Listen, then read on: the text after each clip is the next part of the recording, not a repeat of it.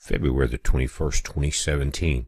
Guys, you're looking at a website that's called the Sacramento River Watershed, sacriver.org. I'll put the link in the video, and there it is at the top.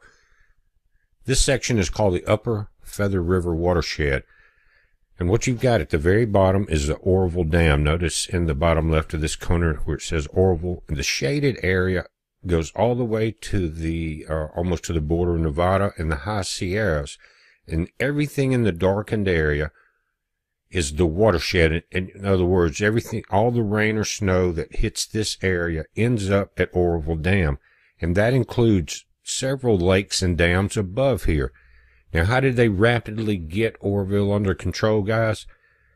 I'm going to read through that, but they shut down 9 of these dams as far as they're letting them discharge a lot, large amounts of water. And that stopped that backflow into it.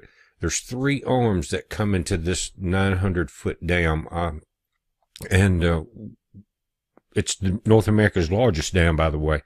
But these 3 arms feed out. Notice this, you've got one going north, one south, and then one back east. All of this comes together into the Oroville Dam. But in that process, you go through Davis Lake, different ones, again, 9 different ones, Bucks Lake, Lake Almanar up in the very top, which is much larger than Oroville. Now they're all full. Now they're getting the rain that we've been talking about, and it's going to continue to rain. The current radar is showing that Pineapple Express extending out about 2,000 miles into the Pacific Ocean. But as we look at this map, and it's part of their, again, the watershed area, looking at Oroville Dam, you're at maximum capacity is 900 feet. Notice at the top. It went from last night at 10 p.m. to 8:49 to 8:51.76 in the last update. Now, the outflow has been pretty consistent. It's now going out a little faster than it was by 125 cubic feet per second. But the inflow has varied quite a bit.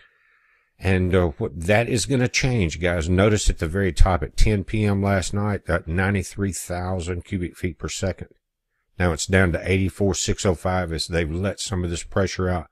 But again, the main concern in this video, and it's not just me, other people are watching it, the scientists in that area, are the 9 dams above it. Now, Shasta is not one of the ones we're talking about, but the red line on this chart is historical average. The blue line is where it's actually at.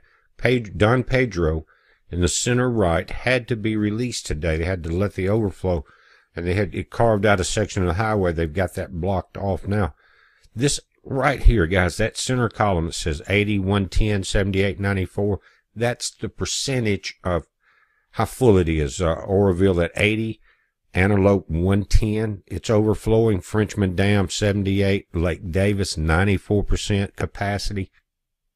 And this is changing by the hour, and that's why I like to put the links up for you guys in that area. But imagine these dams, and look at Antelope Lake, elevation 4960. Look at the reservoir elevation, second column at the bottom, 5,004. It's went up now to 5,004.45 feet.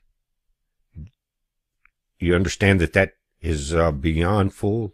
So these 9 dams, they're going to be forced now to either let these dams be in serious trouble or release massive amounts of water. And all of the different tributaries that wind up at that bottom point at Oroville Dam.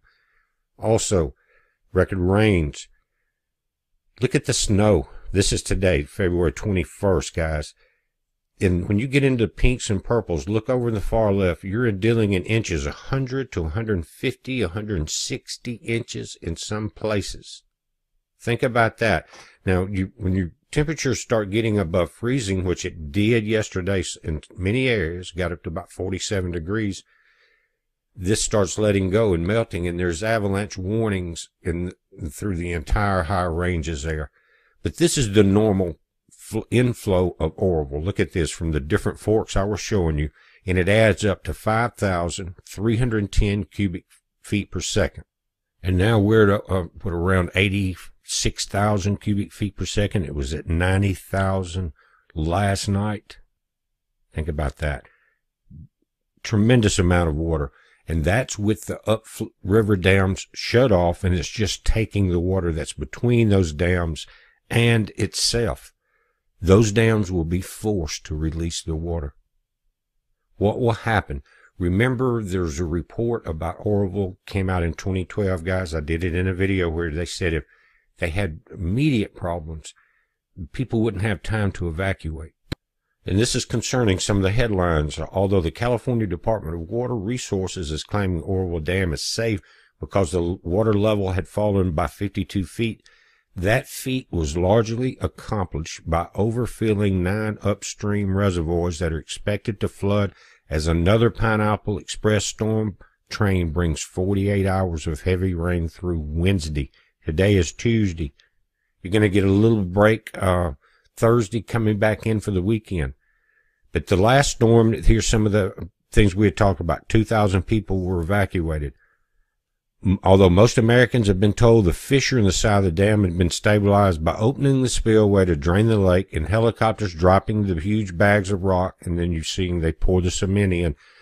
It says the main thing that saved it was the water flow into Oroville Lake was restricted by overfilling the upstream reservoirs. That's the point of the video. These 9 state water project and PG&E earthen reservoirs on the Upper Feather River watershed, they feed directly into Lake Oroville, were already at maximum capacity prior to the new storms that started coming in yesterday.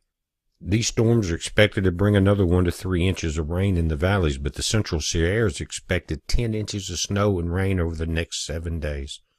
That's not good. You already see the maps. With all the higher elevations reservoir brimming, Supervisor Kevin Goss from mountainous Plumas County told the Sacramento Bee, "I am watching and worried. Flooding from the last set of storms shut down escape in all directions in his Indian Valley district. The towns of Greenville and Taylorsville were isolated, and sewer systems suffered extensive damage as many roads washed out. The flooding from the new storm is expected to be much more serious." Guys, do you hear that? You need to pay attention to this.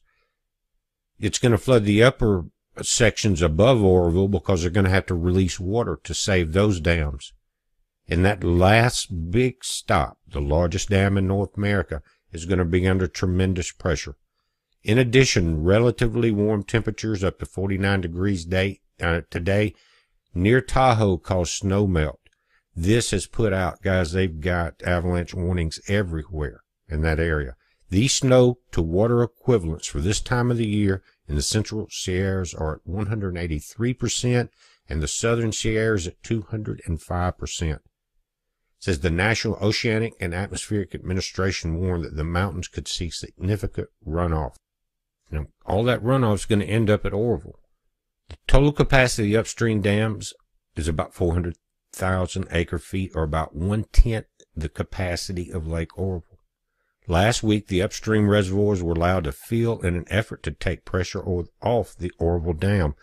But with the dams full, virtually 100% of the rain and runoff from the coming storms will flow into Oroville Lake. It has to. We don't know if there will be damage upstream, but we know that since they're full, they're going to have to release all incoming. Despite the upstream restricting of water flow, Lake Oroville added over 1 million acre-feet of water in 3 days during the last storm. Now, they're hoping that by releasing 800,000 acre-feet that it will keep it from overflowing. Everything's full, though, guys. They don't have that option now to stop the inflow of the upstream dams. Yesterday at 5, San Francisco had reached the annual rainfall. Think about that. It's just February. Authorities are warning residents living near the Tulum River in Northern California of possible flooding. The Stanislaus County Sheriff's Office, Sergeant Anthony Bergeron, they've got people out knocking on doors. The levee there broke. They had to let the Don Pedro Dam spillway open. We talked about that. And as it came down the river, part of that levee gave way. They had to evacuate people. Guys, really, this thing could be just getting started, because once you start the flooding, unless you get a severe break and you're saturated, the water just continues to rise. Now, there's highways that are down. The California Highway Patrol reports the shoulder of westbound Highway 50 east of Bridalveil Falls in El Dorado County collapsed, and the number 2 lane is buckling. They say the atmospheric river of moisture, and that's what we're talking about, this Pineapple Express.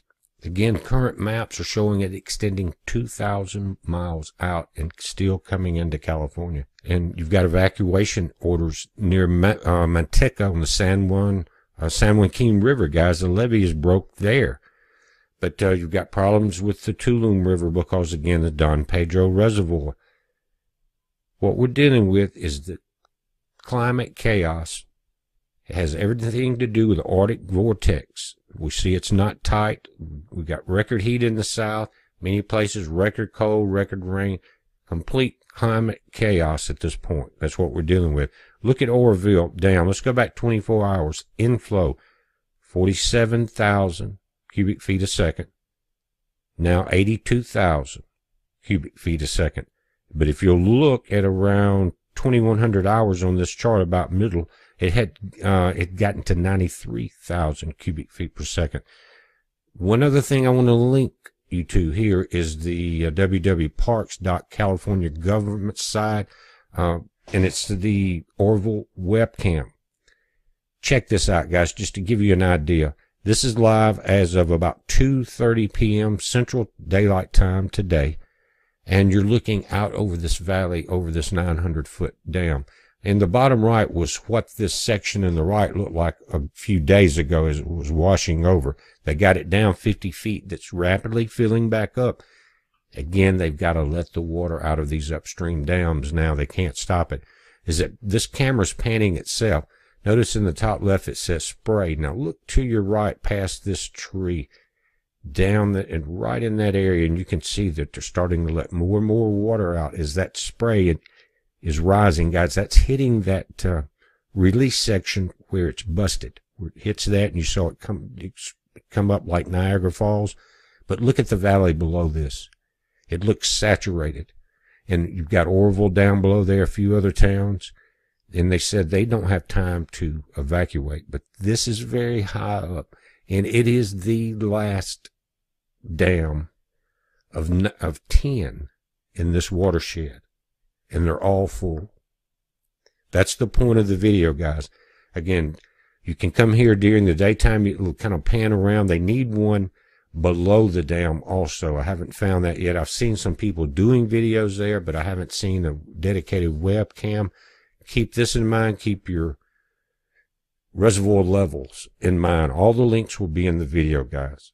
Be safe. You've got storm warnings again tonight through the mountains. And remember, they predicted 150-mile-an-hour gusts in the upper Sierras. They peaked out at 199 miles an hour. Incredible. 2 to 3 feet of snow again tonight. More rain coming in.